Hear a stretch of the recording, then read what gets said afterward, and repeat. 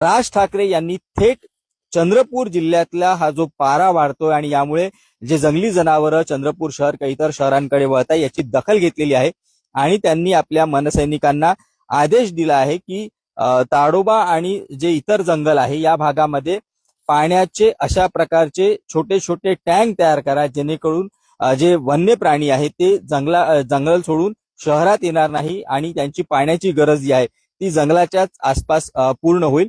सध्या आपण लोहारा भागात आहे, अगदी चंद्रपूर शहराच्या जवळचा हा भाग आहे आणि ताडोबा व्याघ्र प्रकल्प आणि चंद्रपूर शहर यातल्या मधातला भाग आहे आणि याच ठिकाणी अशा प्रकारे 16 टँक जे आहेत ते तयार करण्यात आलेले आहे जेणेकरून जे ताडोबा व्याघ्र प्रकल्पातील आणि या भागातील जे जनावर आहे ते चंद्रपूर शहराकडे वळणार नाही।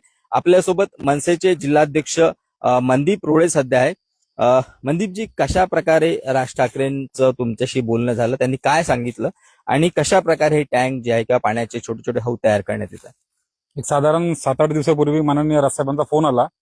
त्यांनी आम्हाला एक प्रश्न म्हणजे त्यांनी आदेश दिला की आपल्या चंद्रपूर जिल्हा हा वन्य प्राण्यांनी व जंगलांनी नाही का आहे असा आहे। तर ते वन्य प्राणी जंगलातील वन्य प्राणी हे शहराच्या भागात येऊन राहिलेले आहेत। शहराच्या भागात आले तर बरेचसे अपघात होऊन राहिलेले आहेत रस्त्यावरती किंवा मग शिकार होण्याचे प्रकार राहते।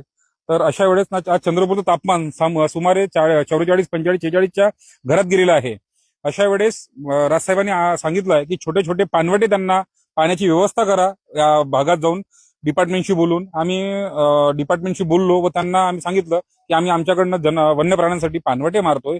पाणवटे आम्ही साधारण आज ज्या प्रमाणात आम्हाला पाणवटे मारायचे होते त्या प्रमाणात आम्ही त्यांना पाणवटे मारलेले आहेत, त्या पाण्याची व्यवस्था करून दिलेली आहे। बस आम्हाला म्हणजे याचा समजून येते की सन्माननीय राजसाहेब ठाकरे यांचं ज्या प्रकारे महाराष्ट्राच्या जनतेवर प्रेम आहे त्याच प्रकारे मुख्य जनावरही त्यांची भावना समजून घेतात, त्यांच्यावर प्रेम आहे। बस एवढंच।